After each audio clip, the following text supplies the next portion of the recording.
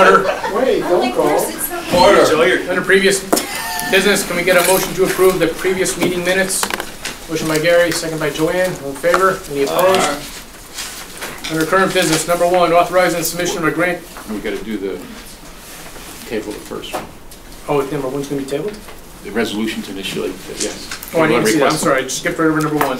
Number 1, resolution number 336, a resolution to initiate a pilot polystyrene recycling program. It's table at the request of the sponsor. All right, thanks. Can we talk about it? Can I ask a question? Sponsorship. Can you just Some of the explain sponsors.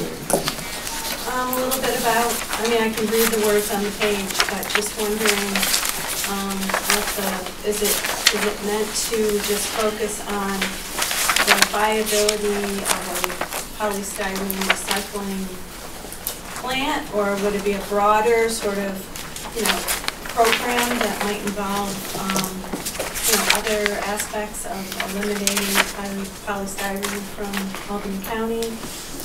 Are you open to a more multifaceted approach, or is it just intended to be, let's find somebody who can recycle polystyrene in Albany County and figure out how to get it there? Mark, do you want to take this, or shall I take it? No, go ahead.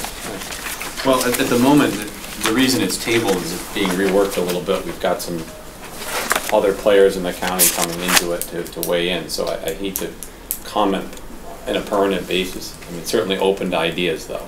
Okay. But the idea was to try to deal with what we do have and work on our recycling now. So what we do have, meaning packaging recycling, or all, polystyrene, or all Polystyrene, correct. But I mean, just clean packaging, or sort of the, soiled restaurant polystyrene, or both? As much as we can get. The purpose of it is That's to do just that, is to investigate it. That's why it's a pilot. Okay. But you would be open to a more sort of broad-based, multifaceted kind of approach? Once we've nailed down where we're going on the pilot end of things, then we'd certainly be open to add-ons to the program. Absolutely. Okay. Can you share with me as you go forward as you're adding new ideas? I'd like to hear kind of what you're thinking. Make a note. Thank you. Thanks, Joanne. Under current business, number 2, authorizing the submission of a grant application to the Reuben Community Health Fund regarding the treatment and management of kidney disease. Good evening. So this grant is something that we recently became aware of after the grantors reached out to us. There's a small time window. We received a grant on October 15th, and there's a November 15th deadline on it. The guidelines around this grant are to prevent and reduce progression of diabetes and hypertension, support nutrition and exercise programs. This is a lot of the work that we do, and we feel like there is a natural fit for this, for our department to take part in this grant. We currently have staff that are working with our impact grant, which is set to expire next year, that there may be a fit going forward for this. The grantors have reached out to us and asked us to have a conversation about best fit, which is due to take place tomorrow, so we'll have more information after that time on exactly what we plan to do. Thank you. Whalen, any questions for Commissioner Whalen? Gary? How much is the grant for? So the grant is anywhere between $5,000 to $150,000. Depends on how well it's written. Any other questions? Yeah, We got our top man on it. Hearing none, can I get a motion to no, approve? it's listed as 304,000. So, That's right. I want to be. George Infantio said that. Mr. Chair, I just wanted to clear out. Mine says 304,000. So, where are you getting your number from? What are you looking at, Mark? Number 2? Resolution 2? That's number 3, isn't it? That's 3, yeah. That's 3, You're ahead of us. Oh, okay, I'm ahead. Okay. I thought this. Yeah, I would just say, a lot of this bureaucratic language, I see this again and again in these documents. I know this is state pass-through money, but what I'm really hoping the county can do on every level and every agency is to be a little more clear about the outcomes. As I say, it's one thing to say we're going to work with OBC. It's another thing to say this is how many people we worked with, and this is the success we had in weight reduction, and this is the percentage of weight that people lost. Those are the kinds of things I want to keep pushing for. And I see, I mean, there's a lot of flowery language in here, but what I really want us to develop are clear, practical outcomes that everyone can understand, And that way we can better judge how effective our spending is. Absolutely. Because this is just, there's a lot of things like this in tonight's budget, or in tonight's meeting, but I just want to stress that point again and again. Okay, this isn't, first of all, it's not state pass-through money, it's from the Rubin Community Health Fund. It's Okay. a philanthropic organization. But certainly there will be a discussion around metrics with anything that we would try to implement from a program strategy. Yeah, and I know, and there's a number of things that are pass-throughs today, and I know we're constricted by what the state requires in order to get the money, but, and I get that the state may not have any real concept of this, but I think as a county, we want to lead the way and really clear practical outcomes that everyone can understand. Agreed. Okay, thank you. Although most competitive grants, in order to get the grant, you have to have a pretty rigorous system of evaluation and producing, interim reports about the methodology that you are measuring your grant work activities, what, outcomes you're seeking. I wouldn't call this flowery language. It's supporting programs for the prevention, management, and treatment of kidney disease. Yeah, but that doesn't speak to what the goal is. The goal is to do what? And too often... Manage, Yeah. treat kidney disease. Yeah, but I want to know what the outcome is going to be. Yeah, we want to work on kidney disease, but... Minimize the risk of kidney disease. Well, I mean, it's once again, pretty that's... standard public health language. Exactly, that's what I'm fighting, is that the standard language... Is there any other questions for? What else? No, this is for everybody, and I'm going to talk a lot about this in finance, because Well, I'm just saying, then with the results, so then you'll have them. that's what I'm looking for. Yeah. Are there any other questions for Commissioner Whalen? Hearing none, can we get a motion to approve by Brian, second by Gary, all in favor? Yeah, I Any did. opposed? Come back next year and tell me what the results are. Number 3, authorizing an agreement with Health We'll have to Research set Incorporated regarding the What we're Public looking Health for in the first Emergency place, then, as Preparedness opposed to just Program. implementing strategy. Dr. Whalen. So this is a multi-year grant. At the county level, this helps us build and strengthen our ability to effectively respond to a range of public health threats, including infectious disease, natural disasters, and biological, chemical, nuclear, and radiologic events. We utilize this funding to improve the county's capacity for public health emergency response. We conduct a lot of trainings, and we work with access and functional needs populations to create and ensure appropriate messaging for emergencies. And we recruit for our MRC, the Medical Reserve Corps. During the 2016-2017 year, I can tell you that we had 23 notification drills. We did a full-scale point of dispensing exercise, functional strategic national stockpile exercise, 43 trainings were implemented. We worked with municipalities to update and expand point of dispensing plans. We created a Zika action plan. We operated a point of dispensing in response to the mumps outbreak at SUNY Albany and vaccinated over 150 students. We reviewed and updated public health emergency plans and met with nursing homes, hospices, long-term care, and home health partners to ensure new Centers for Medicaid and Medicare preparedness regulations were met and to provide additional continuity of operations resources. Thank you. Mr. Drew? I have a question for you. Thank you, by the way, for the statistical info, that was great. How does this overlap with the state's programs in these responses? Because the state's funding it, right? So, what's Albany County, and please, I don't mean to get in the weeds, but just if you could help me understand an overview, how does Albany County work with the state in something like this? Do they have a duplicate set of all these things going on at the same time that we do? Or are we an arm of their program when we respond? We're an arm of their program when we respond. We coordinate very heavily with state partners. There's regional emergency management, state emergency management, and we really are arms of both the New York State Department of Health and in this case, the emergency management. We collaborate very closely with them, but sometimes things are county specific. For example, when we had the mumps outbreak in Albany, that was a county specific event and we handled it within county. If we need additional resources, we work with them on resources. They're always in the loop, but it is not a duplicate set of systems. It's more, we work in tandem with them. If we need additional capacity, that comes to us through them, but whatever we can work on our own, on a county level, we do. You mentioned the mumps. Is that something that would fall under this grants type preparedness? Yep.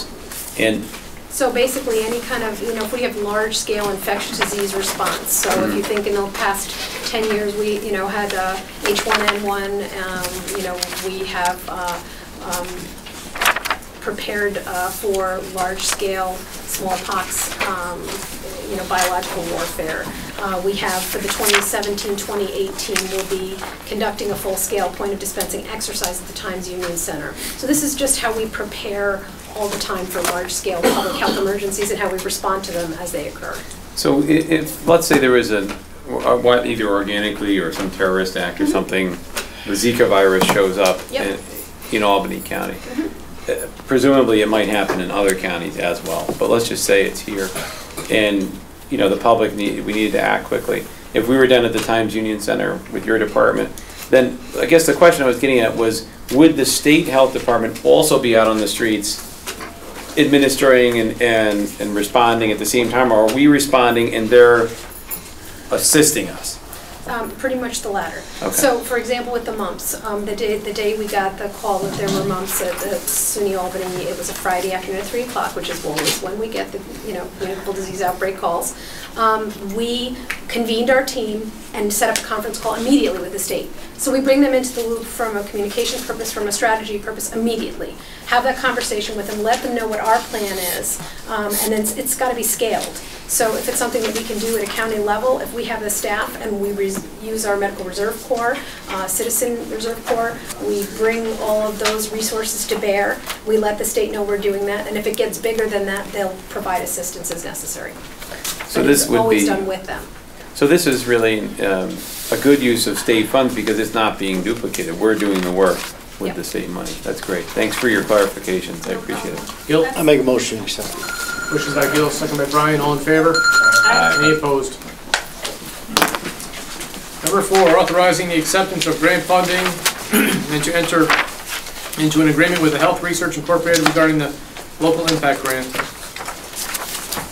So this is a multi-year grant, as I indicated earlier. It is something that is going to have the last year of funding in 2018 and is set to expire in September. This is a multi-strategy grant around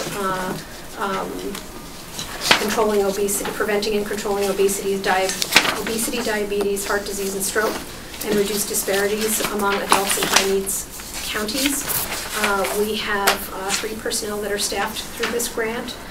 We have environmental strategies, including working on things like complete streets, healthy retail outlets, worksite wellness. There are health systems component of this grant where we work with practices in Albany, including St. Peter's, Whitney Young. What did you say you worked with who? We work with a couple of practices in Albany, medical practices, which include Whitney Young, Albany Family Practice, and Koinonia. And what we do is embed community health workers there that help ensure people that have early diabetes have access to a nationally proven diabetes program that controls the diabetes and hopefully stems complications associated with diabetes. And there are also the lifestyle aspect of this program, which is the NDP, which is the National Diabetes Prevention Program, to identify people with early diabetes and early hypertension and make sure that it's controlled and prevent complications that occur with these diseases going down the line. Wanda? Yes. I noticed that this says here that it's this is the 3rd year. So is this the 3rd year for $219,000, or is this a third of the 219? Which one is it? This is the 3rd year for $219,000. Okay. So now, I guess what I would like to know. So this is the 3rd year. Mm-hmm. Is there any kind of report or anything that we can get which talks about exactly what you said? There's 3 personnel. They're paid out of this, or They are. Yep. okay, and exactly what they do. Okay, and I know it talks about obesity, diabetes, and all these other things. Okay, so what I would like to know exactly is, are there certain programs? There are. And but I just want to know how the money is being used, and if it's 3 years, there should be a report now that says, okay, we've seen this many people, so forth and so on. So I can tell you that we've enrolled 121 people into National Diabetes Prevention Program, which is a 16-week, that's a pretty good number because it's a 16-week program, and to get people to comply with going that many times is difficult. Our community health workers are embedded in the practices and really do a lot within medical practices to help serve clients that need additional resources. They help plug them into additional resources that deal with the social determinants of health and teach them about the importance of complying with this. This team has presented at the state and national level. It recently was won a Best Practice Award for this for the model that was developed through it. So they've been nationally recognized.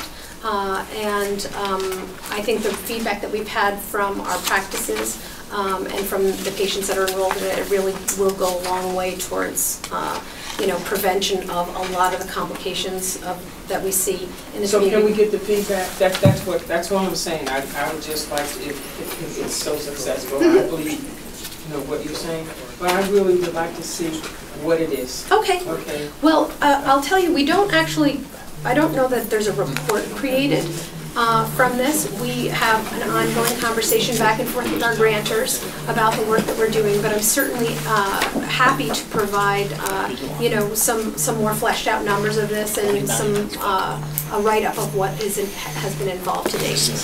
Okay, I appreciate it. Because you did mention Koinonia, Whitney Young, and so somebody must have something that indicates, how this program is run and through what particular, those, especially through those 3 particular agencies, but also the type of programs that they're running to get people, these 120, they got to be going into something. I really would like to, see something on that. Be happy to have it sent along. Make a motion. Motion by Bill, second by Mark. Yeah, this is exactly the kind of thing I'm talking about. We've funded this for 2 years. What I would like to know is, we're trying to combat obesity. Okay, how many people in our population were obese, and how well did we help them combat obesity? That's exactly the kind of outcome I'd like to see prior to approving another $200,000. Because it says that the purpose of the grant is to implement general and priority adult population strategies. That's really not the purpose of the grant. The purpose of the grant is to produce plain spoken outcomes. And that's really what I'd like to see more of, are plain spoken outcomes, particularly when we speak to the kinds of serious issues that we're here. Do we know how well we've done in the obese population? Have we helped them? And what are the numbers that support that? Well, I really don't think that there's, respectfully, I don't know that there will be data that we have created a reduction in obesity in Albany County. These programs and services are driven to create programs that people can become involved in, the results of which are going to be down the line. So can I tell you definitively that I am preventing end-stage renal disease, heart attacks, dialysis, strokes, from getting someone who is newly diabetic into a program that will teach them how to manage their diabetes early? It's very difficult from a public health standpoint to do that, because in order to do that, you have to have a control population that you do nothing with.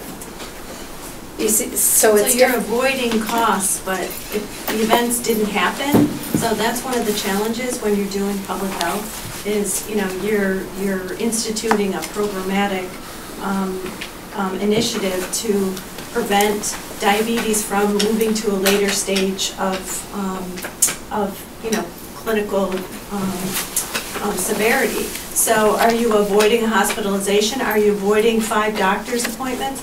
You're avoiding things that don't occur. So going to the commissioner's point, it's not like you have this isn't a clinical trial where you have group A and group B that you can compare their outcomes. You've got 100 people in a program that is aiming to educate and prevent and teach them and help them manage a disease that, if you do nothing, will turn into, in 10 years, a train wreck of visiting the hospital, every month and costing the Medicaid program hundreds of thousands of dollars. Well, you're avoiding that happening, but it's not like you have a control group that you're saying, well, geez, this group avoided $10 million in avoided physician visits or avoided ED use, you don't have that comparative program. That's one of the big challenges of public health, because you end up avoiding things that, that cost that you don't know if they ever would or wouldn't occur. Maybe you have terrific genes and you would never ever progress, even though you're pre-diabetic, to a higher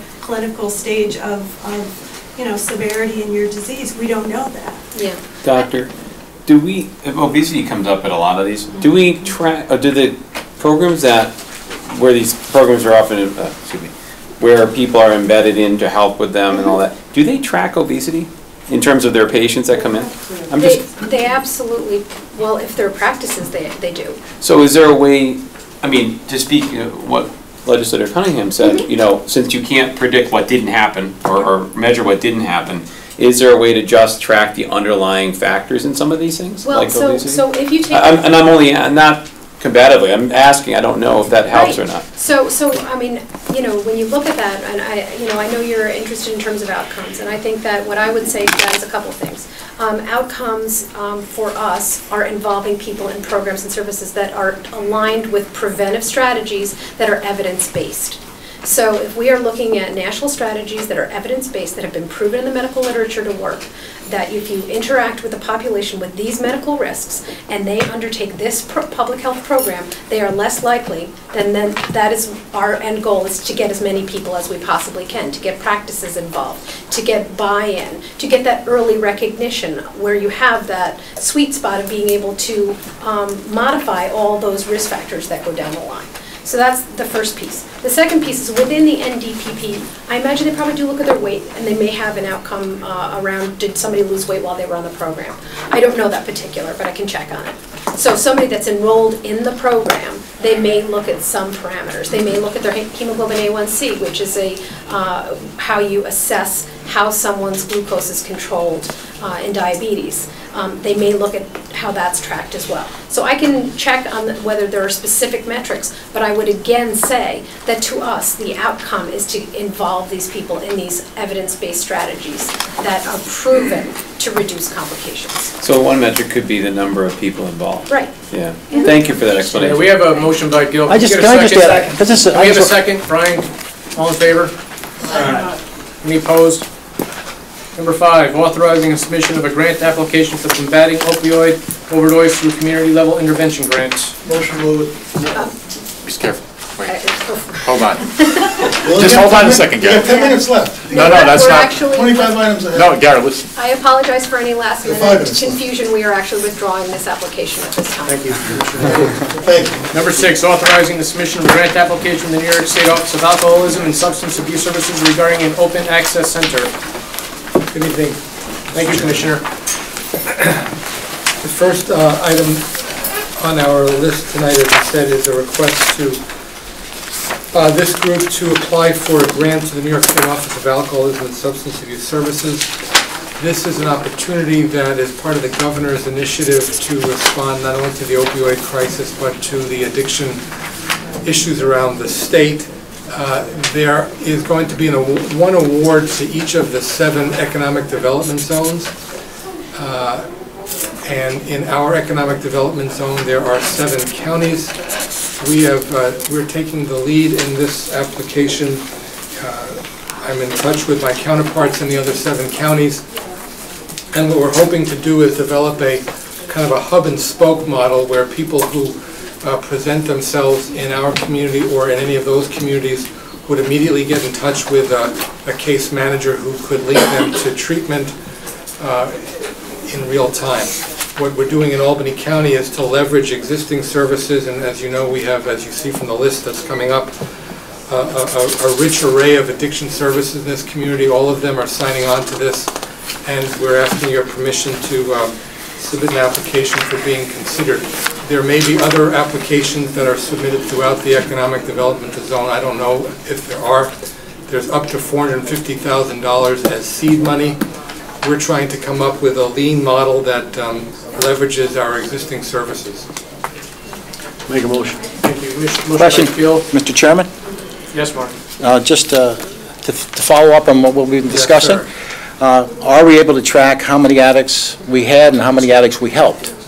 because the truth is, we can't track the... You already made this point on the last 4 items on the Well, agenda. it needs to, yeah, and it's an important point that needs to be made, because we have this notion that just having the programs is a good thing, and it isn't. We can't track the value of the programs unless we know what the outcomes are on the populations that we are trying to improve their lives on. This can't be underscored enough. Well, okay, well, Can I just say Sure. one thing, though? Yeah. we do that on every other item on the agenda. Going to all of these programs, the outcomes, as the commissioner stated earlier, are not necessarily this population of 100 people lost, you know, a total of 10,000 pounds among them.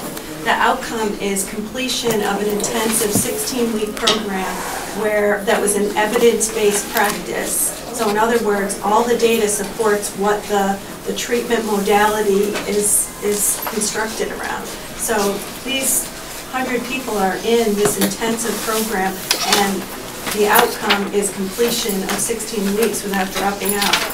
Because it's evidence-based, that's your outcome.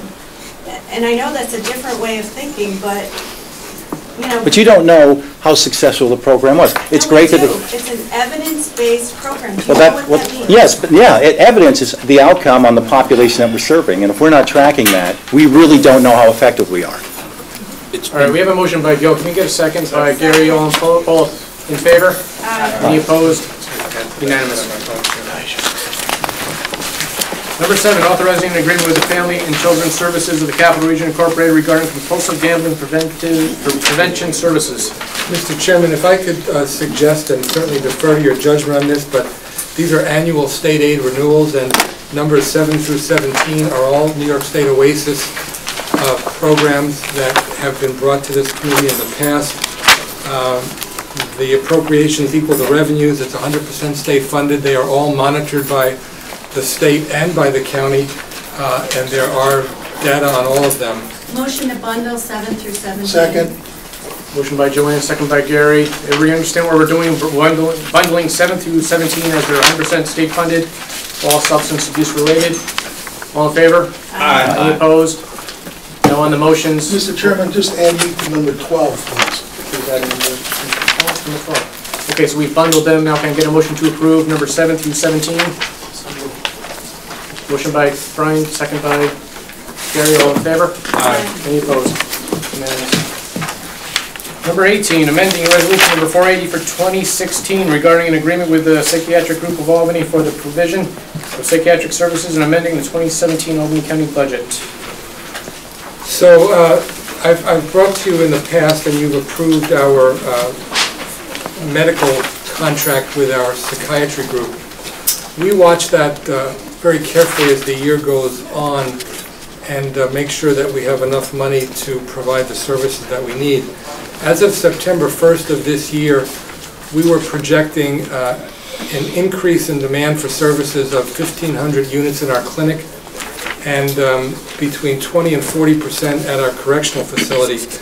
We will fall short by about 3 weeks of money in our psychiatry contract, and we're asking the committee to consider a budget transfer of $75,000 so that we can complete this year's psychiatric services. Motion to move it.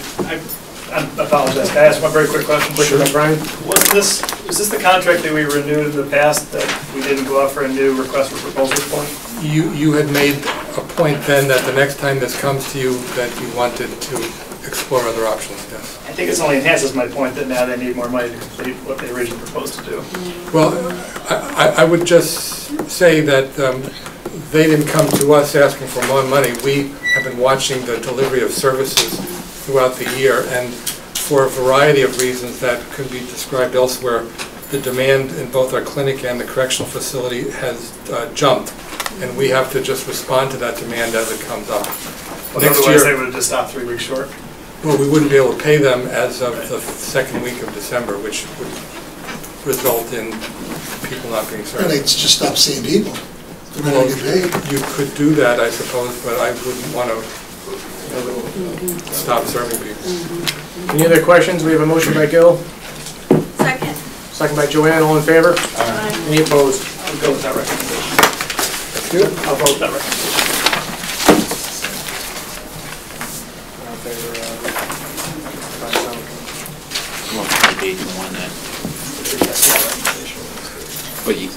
Now, I understand, Dr. Giordano, 19 through 29 may be bundled as well. Except for 24, which was somehow snuck in there. 24 is also an OASIS program. So 19 through 23 and 25 through 29 are all New York State OMH programs.